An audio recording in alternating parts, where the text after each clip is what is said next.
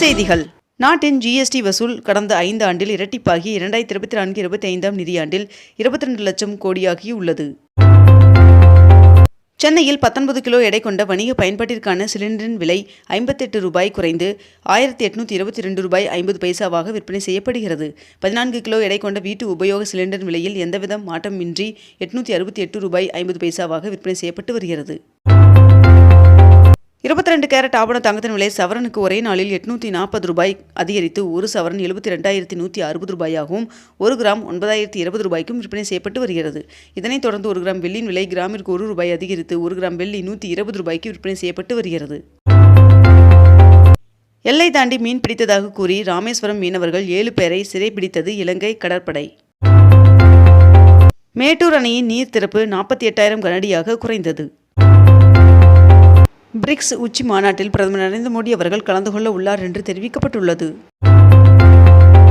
அரசின் நலத்திட்டங்களால் நாடு முழுவதும் 95 கோடிக்கும் மேற்பட்டோர் பயனடைகின்றனர் என்று பிரதமர் நரேந்திர மோடி அவர்கள் தெரிவித்துள்ளார். சர்வதேச விண்வெளி நிலையத்தில் சுபான்சி சுக்லா அவர்களின் அனுபவம் ககன்யான் திட்டத்திற்கு பெரிதும் உதவும் என்று இஸ்ரோ தலைவர் நாராயணன் அவர்கள் தெரிவித்துள்ளார். கோவை ஈஷாவில் இன்று பராமரிப்பு பணி நடைபெறுவதன் காரணமாக இன்று தரிசனத்திற்கு அனுமதி இல்லை என்று தெரிவிக்கப்பட்டுள்ளது.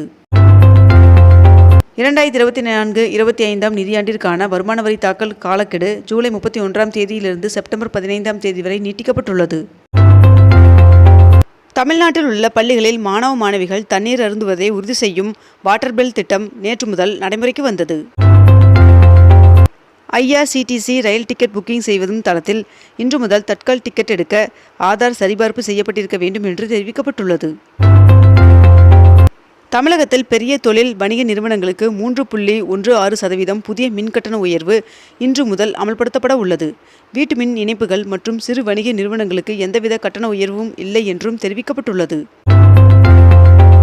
திருநெல்வேலி நெல்லையப்பர் சுவாமி கோவிலின் தேரோட்டத்தை ஒட்டி ஜூலை 8 தேதி உள்ளூர் விடுமுறை அறிவிக்கப்பட்டுள்ளது.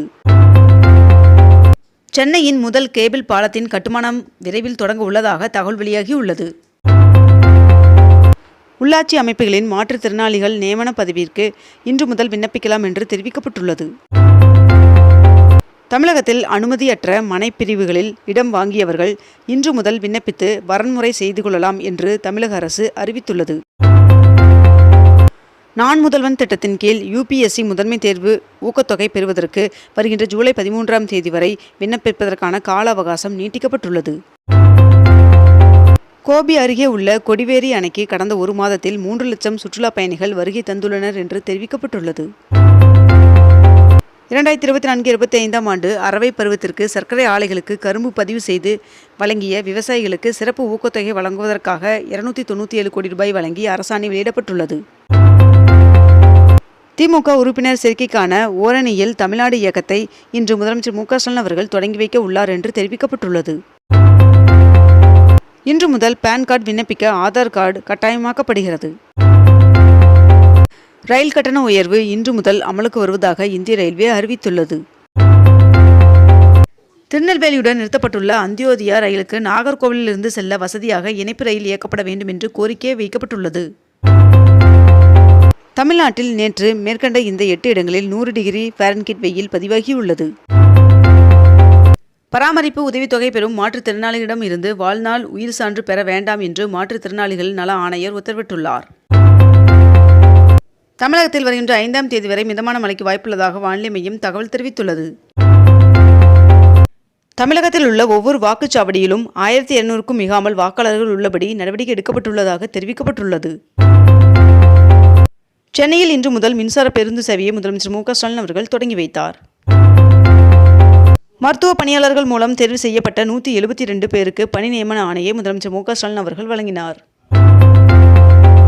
திருச்செந்தூர் சுப்பிரமணிய சுவாமி திருக்கோவிலில் வருகின்ற 7 தேதி மகா கும்பாபிஷேகம் நடைபெற உள்ளது. இந்நிலையில் 76 ஓம குண்டங்களுடன் யாகசாலை அமைக்கப்பட்டுள்ளதாக தெரிவிக்கப்பட்டுள்ளது. வடசென்னை வியாசர்பாடி பகுதியில் கணேசபுரம் ரயில்வே மேம்பால பணி 40% மட்டுமே நிறைவடைந்திருப்பதாக மாநகராட்சி நிர்வாகம் பதிலளித்துள்ளது.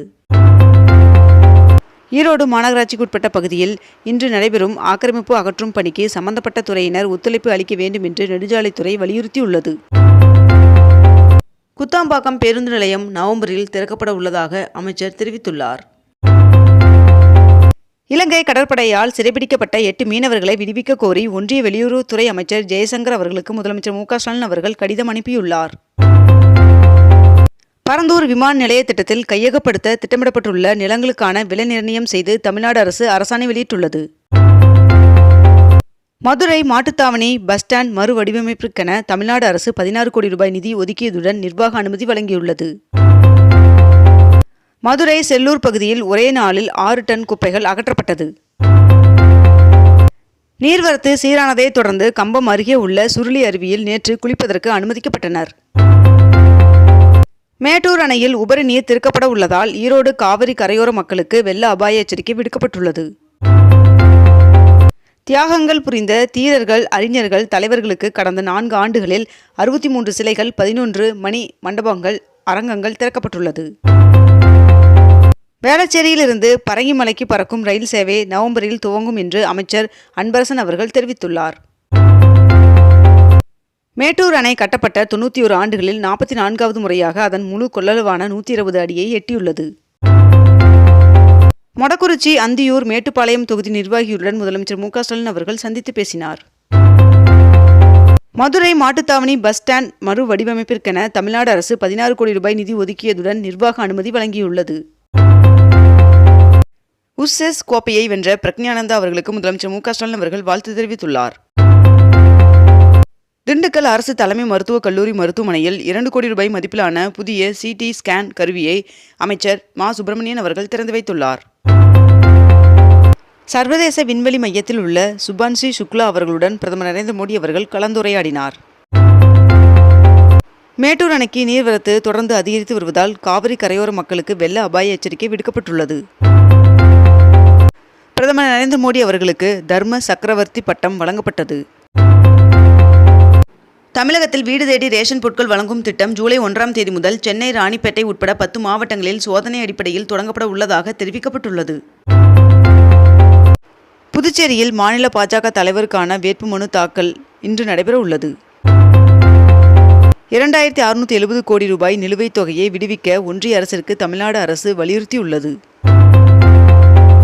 இந்து சமய அறநிலைத்துறை சார்பில் சென்னையில் 13 கோடி ரூபாயில் கட்டப்பட்ட கூடுதல் பள்ளி கட்டிடங்களை முதலமைச்சர் மு.க.ஸ்டாலின் அவர்கள் திறந்து வைத்தார். மேட்டூர் அணைக்கு நீர்வரத்து வினாடிக்கு 73,452 கன அடியிலிருந்து 80,984 கன அடியாக அதிகரித்துள்ளது. இத்துடன் இன்றைய தலைப்புச் செய்திகள் நிறைவடைகின்றன. மேலும் இதுபோன்ற அண்மை தகவல்களை உடனுக்குடன் தெரிந்து கொள்ள அக்னிபூ சேனலை சப்ஸ்கிரைப் செய்து கொண்டு தொடர்ந்து இணைந்திருங்கள். நன்றி, வணக்கம்.